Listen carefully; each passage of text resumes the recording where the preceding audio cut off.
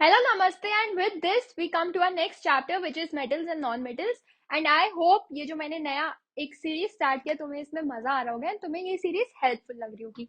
अब metals and non metals की बात आती है तो हम लोग एक डिफरेंशिएट कैसे भूल सकते हैं, क्योंकि मेटल्स एंड नॉन मेटल्स का फर्क इतना ज्यादा है कि हमें बहुत डिस्टिंक्टिवली पता चल जाता है कि क्या मेटल्स एंड क्या नॉन मेटल्स है। अब मेटल्स की अगर हम प्रॉपर्टीज की बात करें तो ये कैटायंस बनाते हैं, इनमें मेटालिक लस्टर होता है। लस्टर होता है मतलब क्या होती है, एक शाइन होती है।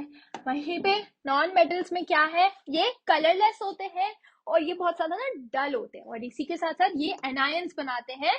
इनमें क्या होता है, एक नेगेटिव चार्ज होता है। अब यहाँ पे ये पुअर कंडक्टर्स हैं तो यहाँ पे ये गुड कंडक्टर्स हैं, ये इलेक्ट्रिसिटी एंड हीट के गुड कंडक्टर्स होते हैं, तभी हम इनको हमारी हाउसिंग वायर्स में या अप्लायंसेस में भी यूज करते हैं। इसके बाद ये मिलिएबल है एंड दीज आर डक्टाइल। अब मिलिएबल एंड डक्टाइल मतलब हम इनको शीट्स में, हमने एल्यूमिनियम शीट्स देखी है जो मम्मा हमें टिफिन में देती है, एंड उसी के साथ साथ हमने कॉपर वायर्स देखे। तो मेटल्स को हम डक्टाइल, उसकी डक्टिलिटी की वजह से किस में कन्वर्ट कर सकते हैं, इनटू वायर्स, एंड मिलिएबिलिटी की वजह से उसको हम किस में कन्वर्ट कर सकते हैं, into sheets.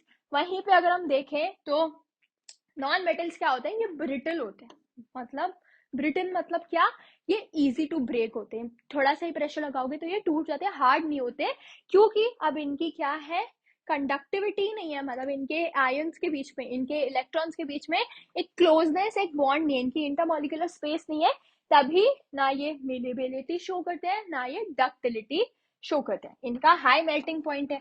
High melting point क्यों है मैम, क्योंकि इनकी इंटरमॉलिक्यूलर स्पेस ज्यादा है मेटल्स की, तो इनको डिटैच करने में भी बहुत एफर्ट लगता है। इनकी लो है क्योंकि इंटरमॉलिक्यूलर स्पेस कम है। इंटरमॉलिक्यूलर स्पेस कम है तो इसको ब्रेक करने में भी ज्यादा एफर्ट नहीं लगता। अब यहाँ पे ये लिक्विड्स हैं, गैसेस है, usually eight room temperature, and जो मेटल्स होते हैं ये यूजुअली सॉलिड होते हैं eight room temperature. Room temperature मतलब एक नॉर्मल टेम्परेचर जिसपे मैं अभी ये रिकॉर्ड करी हूँ, जिसपे आप अभी ये वीडियो देख रहे हो, मतलब ना ज्यादा एक्स्ट्रा हीट ना ज्यादा एक्स्ट्रा ठंड, तो वो होता है हमारा नॉर्मल रूम टेम्परेचर। लास्ट आता है स्नोरस। स्नोरस एंड नॉन स्नोरस। अब नॉन मेटल्स के तो सारे नॉन नॉन ही है, तो याद करना भी बहुत इजी हो गया। अब हम स्नोरस पे वापस आते हैं। तो स्नोरस मतलब जैसे ही मेरे पास पेन है एंड यहाँ पे मैंने एक रिंग या एक मैंने कड़ा पहना है, तो मैंने इसको ऐसे बैंग किया एक दूसरे से, तो आवाज फॉर्म हुई। ये आवाज को ही हम बोलते हैं स्नोरस होना, and metals are sonorous while non metals are non sonorous. ठीक है। अब नेक्स्ट हमारे पास है ये एक अतरंगी चीज, तुम लोग पहली बार देख रहे होगे, ये हमारी पीरियोडिक टेबल है। ठीक है, ये हमारी पीरियोडिक टेबल है, एंड इसमें तुम्हें जितने रेड में दिख रहे हैं, जितने तुम्हें एलिमेंट्स रेड में दिख रहे हैं, इसमें टोटल आप गिनो तो 118 एलिमेंट्स होंगे, एंड जितने तुम्हें रेड में दिख रहे हैं सारे ये मेटल्स हैं। सारे ये क्या है, ये मेटल्स है, एंड तभी ये मेटल्स है तो ये हमारे यूज के ज्यादा है। अब यहाँ पे ब्लू वाले इधर नॉन मेटल्स है, यहाँ पे ये नॉन मेटल। अब ये हमारा है हाइड्रोजन, तो इसको तो हम कहीं क्लासिफाई कर ही नहीं सकते, तो यहाँ पे हम इसको मेटल भी या नॉन मेटल दोनों में कंसिडर करते हैं, बट आफ्टर मेनी रिसर्चेस हमने कंक्लूड किया है कि ये एक नॉन मेटल है।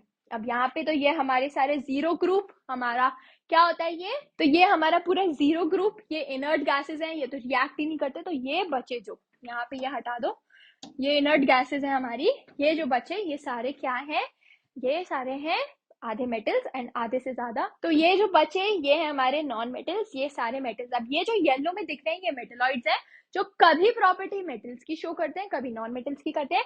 एंड अगर तुम एक चीज देखो तो ये 4 या 3 या 5 वाले ही होंगे जिनके लास्ट शेल में आधा आधा होता है जितना रिक्वायर्ड होता है। मतलब जितना अगर लास्ट शेल में इनको चाहिए 22, तो ये 10 11 12 वाले होंगे, तो ये बीच के अटके हुए रहते हैं। ठीक है।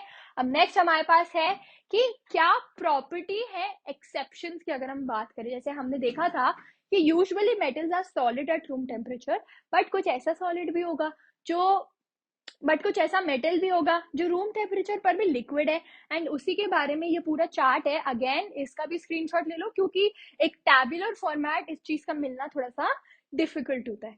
अब so मेटल्स लस्ट्रस होते हैं, मतलब ब्राइटनेस होती है, तो सारे मेटल्स ही लस्ट्रस होते हैं, बट नॉन मेटल्स का एक्सेप्शन है ग्रेफाइट एंड आयोडीन।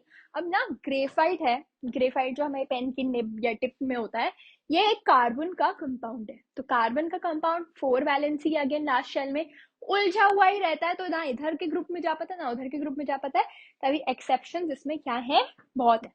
फिर है मेलिएबिलिटी, तो इसका एक्सेप्शन है जिंक, एंड मेलिएबिलिटी का मतलब होता है to be converted into sheets.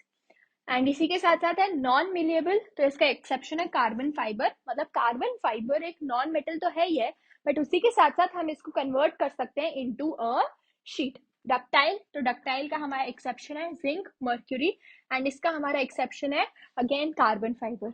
ठीक है, अब सारे मेटल्स की टेंसाइल स्ट्रेंथ हाई होती है, इसके भी एक्सेप्शन है जिंक मर्क्यूरी, एंड यहाँ पे हमारे एक्सेप्शन है कार्बन फाइबर एंड ये नॉन स्नोरस भी होता है। अब यहाँ पे एक एक्सेप्शन नहीं दिया है, हमने देखा था कि सारे नॉन मेटल्स क्या है, सारे नॉन मेटल्स का जो बॉइलिंग पॉइंट है एंड जो मेल्टिंग पॉइंट है वो बहुत ज्यादा लो है, क्योंकि उनकी इंटरमोलिक्यूलर स्पेस क्या है, इंटरमोलिक्यूलर स्पेस क्या है, बहुत ज्यादा कम है, बहुत ज्यादा फैली हुई है। एंड सॉलिड्स में क्या है, इंटरमोलिक्यूलर स्पेस बहुत ज्यादा बड़ी है, मतलब तभी वो मेटल्स है।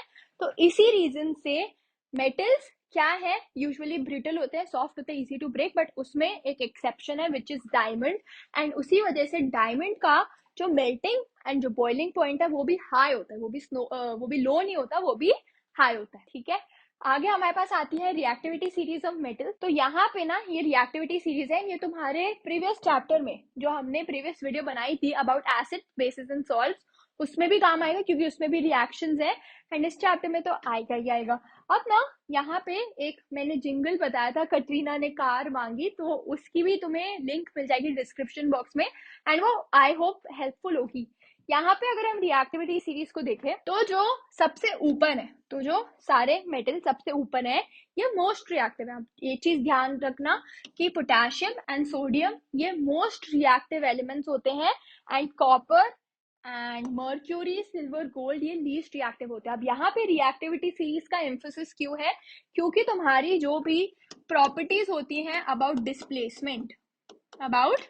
डिस्प्लेसमेंट, तो वो होंगी जब एक मोर रिएक्टिव एलिमेंट एक लेस रिएक्टिव एलिमेंट को हटा देगा। जैसे कैल्शियम और मैग्नीशियम है, तो इसमें कैल्शियम मैग्नीशियम को ओवरपावर कर लेगा, उसको हटा के मैग्नीशियम की जगह ले सकता है, क्योंकि कैल्शियम की पावर क्या है, ज्यादा। ठीक है, अब ये reactivity series of non metals है, तो ये फ्लोरीन मोस्ट रिएक्टिव है, फ्लोरीन, ऑक्सीजन, ब्रोमीन, एंड यहीं पे पूरा चार्ट आता है। अब इसके बारे में ना